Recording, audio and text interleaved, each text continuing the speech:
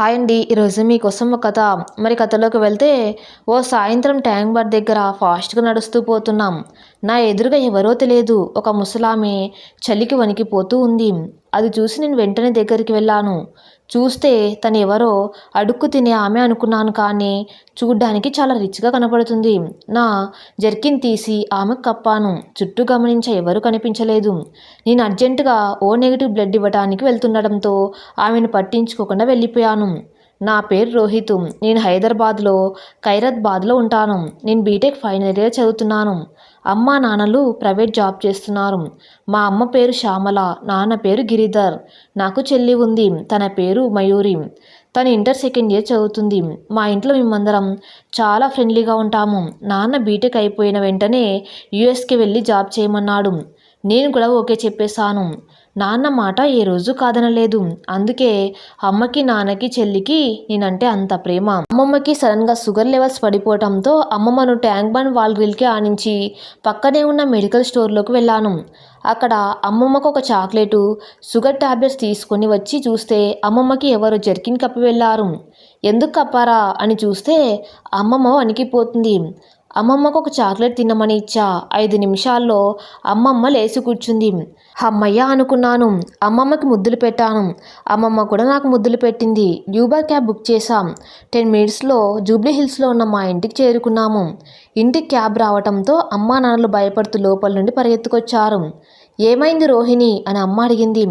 ఏం కాలేదమ్మా, అమ్మమ్మకు sugar levels పడిపోయాయి, అలాగే లైట్గా చలి పెడుతుంది అన్నాను. సరే సరే, నాన్న స్వామి డాక్టర్కి ఫోన్ చేశాడు. డాక్టర్ వచ్చి ఏం కాలేదు, షుగర్ లెవెల్ తగ్గిపోయాయి, మీ అమ్మాయి చాక్లెట్ సమయానికి బాగా తినిపించింది, మరేం పర్వాలేదు. షుగర్ ఉన్న వారికి ఇలా కలగడం మామూలే. కొంచెం బీపీ కూడా డౌన్ అయింది, అందుకే అలా చెమటలు పట్టేసి వణికిపోయింది అన్నాడు స్వామి డాక్టర్. నా పేరు రోహిణి. నేను బీటెక్ ఫైనల్ ఇయర్ చదువుతున్నాను. మా ఇంట్లో అమ్మమ్మ, నేను, అమ్మ, నాన్న ఉంటాము. మా ఇంట్లో నేను ఒక్కదాన్నే అల్లరి తుంటరి చిలిపి పిల్లను. నేనంటే మా అమ్మమ్మకు చాలా ఇష్టం. నన్ను ఎంతో గారాబంగా పెంచారు. చిన్నప్పటి నుంచి నేనంటే వాళ్ళకి ఎంతో ఇష్టం. నన్నే లోకంగా ఊహించుకుంటూ వాళ్ళు బతుకుతున్నారు. నాన్న నన్ను విడిచి ఎక్కడికి ఎప్పుడు వెళ్ళేవాడు కాదు. నాన్నకు నేను కనిపించకుంటే నిమిషం కూడా ఉండలేడు. అలాంటిది నేను బీటెక్ అయిపోగానే యూఎస్కి వెళ్ళి జాబ్ చేయాలనేది నా కోరిక. సరే చూద్దాం, బీటెక్ ఫైనల్ ఇయర్ ఎగ్జామ్స్ కదా, అందుకే అమ్మ వాళ్ళకి ఎవరికీ చెప్పలేదు ఈ మాట. ఫైనల్ ఇయర్ ఎగ్జామ్స్ కూడా దగ్గరకు వచ్చాయి. ఇంకా వారం రోజుల్లో ఎగ్జామ్స్ ఉన్నాయి. పగలు రాత్రి అనే తేడా లేకుండా చదువుకోవాలని టైం టేబుల్ పక్కాగా వేసుకొని చదవటం ప్రారంభించాను.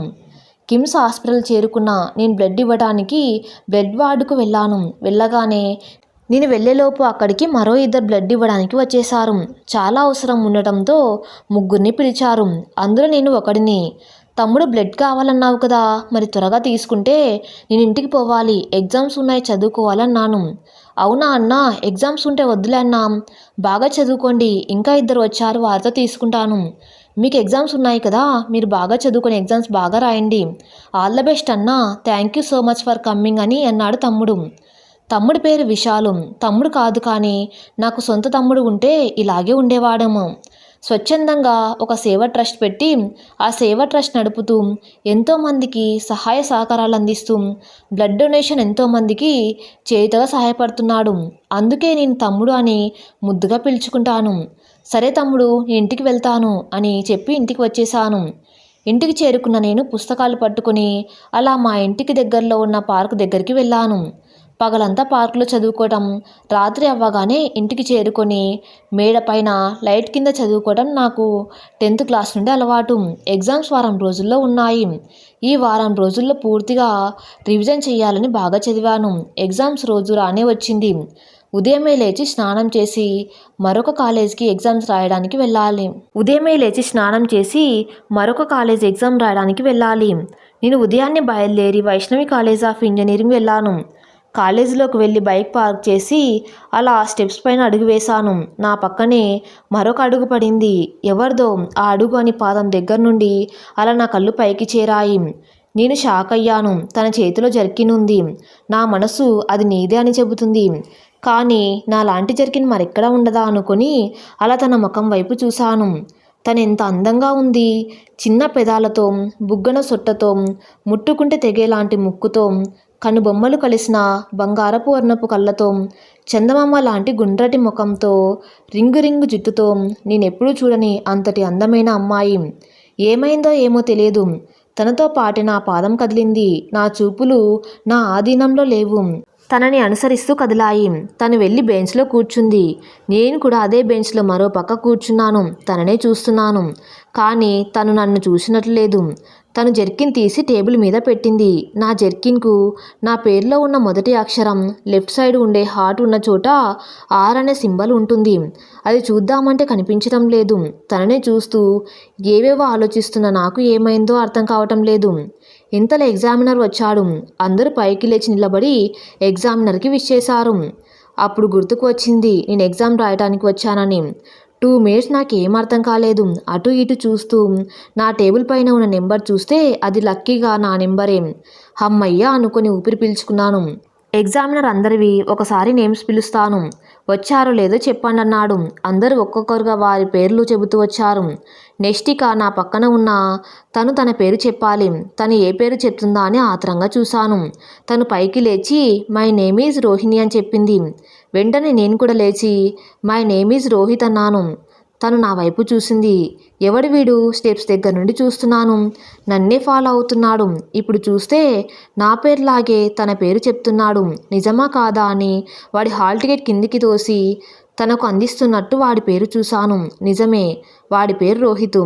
ఎందుకో నాకు వీడి చూపులు తేడా కొడుతున్నాయి. సరే చూద్దాం ఇంకా ఎంతసేపు వీడి చేష్టాలని ఆన్సర్ షీట్ తీసుకుని ఎగ్జామ్ రాయటం మొదలుపెట్టాను. వాడు కూడా ఎగ్జామ్ రాస్తున్నాడు. నేను వాడిని చూస్తూ ఉన్నా కానీ వాడు నన్ను చూడడం లేదు. చాలా ఇంట్రెస్ట్గా ఎగ్జామ్ రాస్తున్నాడు. నేను కూడా ఎగ్జామ్ రాస్తూ మధ్యలో అప్పుడప్పుడు వాడి వైపు చూస్తున్నాను కానీ వాడు నన్ను చూడడం లేదు. నాకు కొంచెం ఇరిటేటింగ్గా అనిపించింది. నేను ఎగ్జామ్ రాయటం పూర్తి అయిపోయింది కానీ వాడు మాత్రం రాస్తూనే ఉన్నాడు. నేను ఎగ్జామినర్కి ఆన్సర్ షీట్ ఇచ్చి బయటకు వచ్చి స్టెప్స్ దిగుతున్నాను. వాడు కూడా నా పక్కనే వచ్చేశాడు. నేను షాక్ అయిపోయాను. నా వైపు కూడా చూడని వాడు ఇంత త్వరగా నా పక్కనకు వచ్చాడే అని నేను ఆగిపోయాను. వాడు ఆగిపోయాడు. నేను ఏంటని కనుబొమ్మలు ఎగిరేశాను. వాడు ఏమీ లేదు అని తల అడ్డంగా ఊపాడు. అక్కడి నుంచి నేను బయలుదేరి ఇంటికి వచ్చేశాను. చా, ఎంత పని అయిపోయింది. తను మాట్లాడుతుంటే ఏం చెబుతుందో కూడా అర్థం కాలేదు.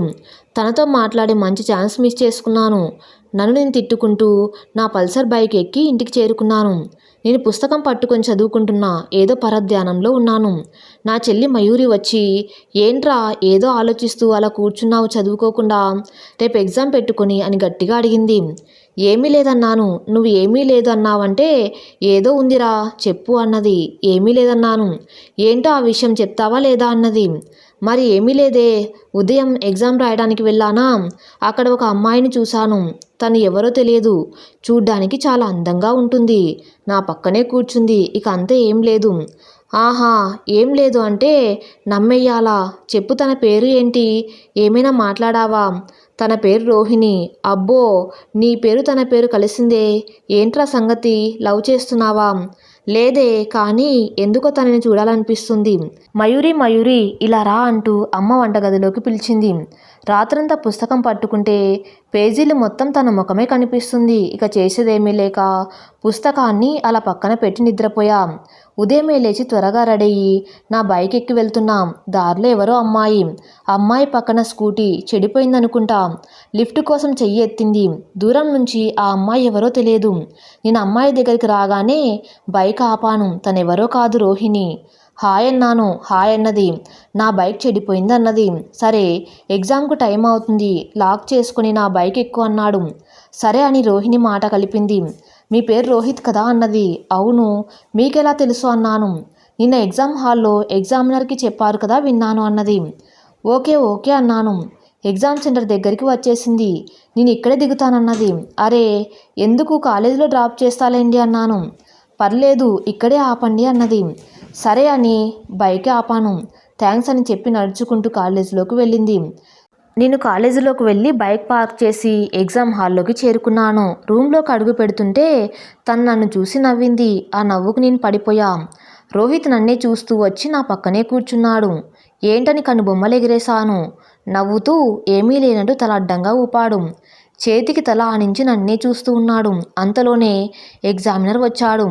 అందరం పైకి లేచి విష్ చేశాము. రోహిత్ మాత్రం పైకి లేవలేదు. అది చూసిన ఎగ్జామినర్ కోపంతో ఎవరక్కడ కూర్చున్నది అన్నాడు. నేను వెంటనే రోహిత్ రోహిత్ అంటూ తన భుజంపై చెయ్యి వేసి లేపాను. మెలకువలోకి వచ్చిన రోహిత్ పైకి లేచి నిలబడ్డాడు. ఏంటి, అమ్మాయిలకు లైన్ వేయడానికి వచ్చావా, లేక ఎగ్జామ్ రాయడానికి వచ్చావా అని ఎగ్జామినర్ కోపం చేసుకున్నాడు. లేదు సార్, అలాంటిదేం లేదు. నైట్ అంతా చదువుకొని నిద్రపోలేదు, అందుకే చేతి పైన తలానించాను. నిద్ర పట్టేసింది సార్ అన్నాడు Rohit. Okay, all of you SIT down అన్నారు ఎగ్జామినర్. అందరూ కూర్చున్నారు. నేను రోహిత్ని ఏంటి నువ్వు అలా నిద్రపోయావా అన్నాను. లేదు, నేను నిన్ను చూస్తూ ఏదో ఆలోచిస్తూ ఉన్నాను అన్నాడు. నన్ను ఎందుకు చూస్తున్నావు అన్నాను. ఏమీ తెలియట్లేదు, అలా చివరి పరీక్షకు చేరుకున్నాము. కొంచెం ఇష్టం, కొంచెం చనువు, కొంచెం ప్రేమ రోహిత్పై నాకు కలిగాయి. రోహిత్ ఎందుకో నచ్చేశాడు తింగరోడు. చివరి రోజు ఎగ్జామ్కి రోహిత్ ఎంతసేపటికి రాలేదు. నేను రోహిత్ కోసం ఎదురు చూస్తున్నాను. ఎగ్జామినర్ కూడా వచ్చేశాడు, అయినా రోహిత్ ఇంకా రాలేదు. మే ఐ కమ్మింగ్ సార్ అంటూ రోహిత్ రూమ్లోకి అడుగుపెట్టాడు. ఇంతవరకు ఉన్న దిగులంతా రోహిత్ రాకతో చాలా సంతోషంతో నిండిపోయింది. రోహిత్ వస్తూ వస్తూ హాయ్ అంటూ కనుబొమ్మలు ఎగిరేశాడు. నేను కూడా ఒక చిన్న చిరునవ్వు నవ్వాను. ఏమైంది ఇంత లేట్ అన్నాను. ట్రాఫిక్ జామ్ అయింది. సీఎం కాన్వాయ్ ఆ దారి గుండా పోతుంటే 5 minutes ట్రాఫిక్ జామ్ అయిపోయింది. అవునా, ఓకే అన్నాను. ఎగ్జామ్ రాస్తూనే రోహిణితో ఎలా తన ఫోన్ నెంబర్ అడగాలి, అడ్రస్ అడగాలి అనుకుంటూనే ఎగ్జామ్ రాసి ఇద్దరం కలిసి రూమ్లో నుండి బయటకు వచ్చాము. ఇంకేంటి రోహిత్ అని తను, ఇంకేంటి రోహిణి అని నేను ఇద్దరం అనుకోవటం తప్ప మరేం మాట్లాడుకోవటం లేదు. ఎందుకో తను నాకు దూరం అవుతుందనిపించింది. అడుగులు ముందుకు పడడం లేదు. ఈ క్షణం ఇలాగే ఆగిపోతే బాగుండు అనిపిస్తుంది. కాలేజీ నుండి బయటకు వెళ్ళగానే తనని ఇక రేపటి నుంచి కలవలేను కదా అనే ఆలోచనలు నా బుర్రని పీక్కు తింటున్నాయి. ఎలాగోలా ధైర్యం చేసి తనని ఫోన్ నెంబర్ అడగాలని డిసైడ్ అయ్యాను. రోహిణి, మీ కాలేజ్ వేరు, మా కాలేజ్ వేరు. ఇద్దరం ఒకరికొకరు పరిచయమై ఇంత క్లోజ్ అవుతామని అనుకోలేదు. ఎగ్జామ్స్ రిజల్ట్స్ రాగానే నాకు ఫోన్ చేయని నా నెంబర్ తనకి రాసిచ్చి అక్కడి నుంచి ఇంటికి బయలుదేరాను. దారిలో ఇంటికి వస్తున్న నాకు మెసేజ్ వచ్చింది. ఏంటా మెసేజ్ అని చూస్తే హాయ్ దిస్ ఈజ్ రోహిణి అని మెసేజ్ పంపింది. థ్యాంక్ యూ సో మచ్ అని రిప్లై ఇచ్చాను. అలాగే chat you later, I am in driving అని రిప్లై కూడా పంపాను. ఓకే ఓకే హ్యాపీ జర్నీ అంటూ రోహిణి నుండి రిటర్న్ మెసేజ్ వచ్చింది.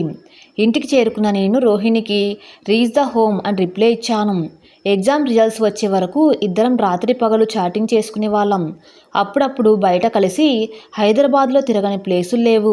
కానీ తనకు నేను ప్రపోజ్ చేయలేకపోయాను. ఎందుకంటే ఏ రోజు అలాంటి సిచ్యువేషన్ రాలేదు.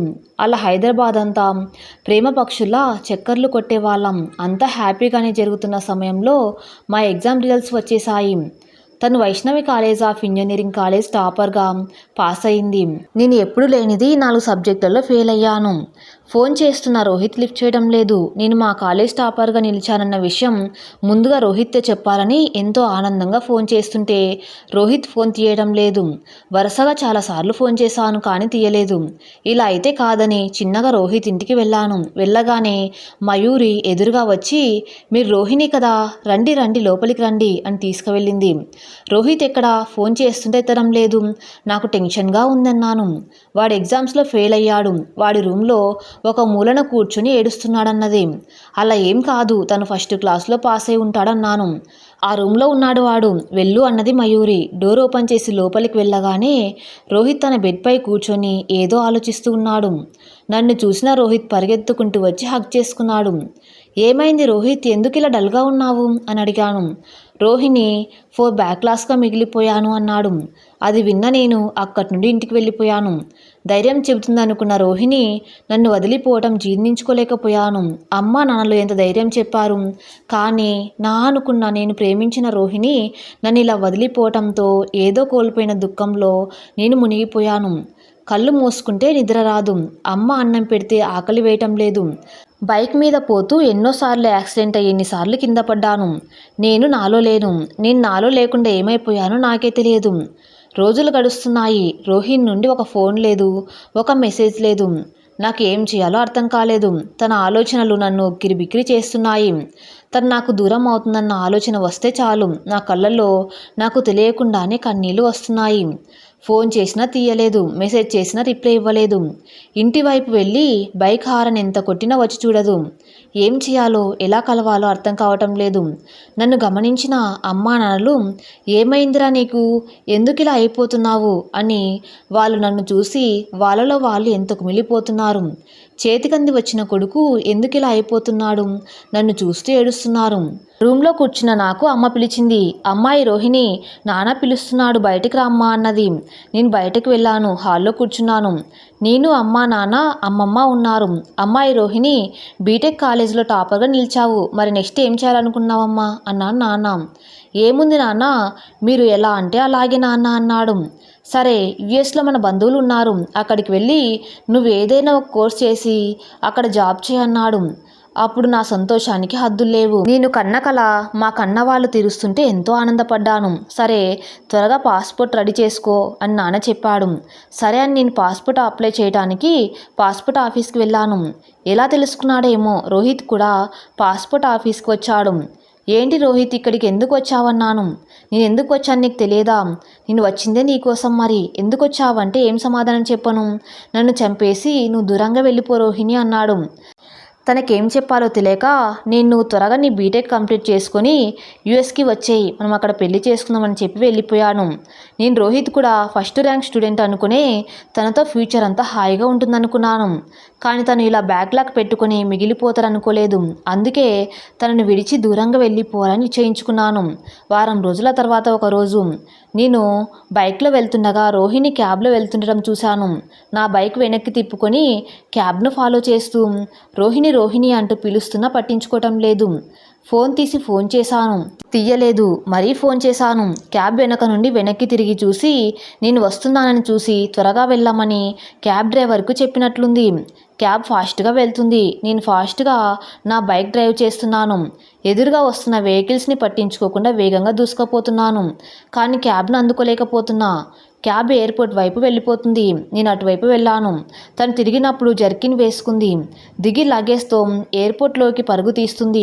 అది చూసిన నాకు నా ప్రేమ నాకు దక్కుతుందనే నమ్మకంతో నేను వెనక నుండి రోహిణి రోహిణి అంటూ నేను కూడా పరుగు తీస్తున్నా. వినిపించుకోకుండా స్టెప్స్ పైన పైకి వెళ్తుంది. చివరిసారిగా రోహిణి అంటూ తను వేసుకున్న జర్కిన్ వైపు నా చెయ్యి ఆర్ అనే సింబల్ వైపు చూపిస్తూ అది నేనేనని సైగ చేశాను. అప్పుడు రోహిణి తన అమ్మమ్మను నేనే కాపాడనని పరుగున వచ్చి నాకు ఒక హగ్ ఇచ్చి చెక్కిన్ వైపు వడివడిగా అడుగులు వేసింది. ఈ కథ ఇంతటితో సమాప్తం. మరిన్ని మంచి స్టోరీస్ కోసం నా ఛానల్ని ఫాలో అవుతూ ఉండండి. Thank you for listening.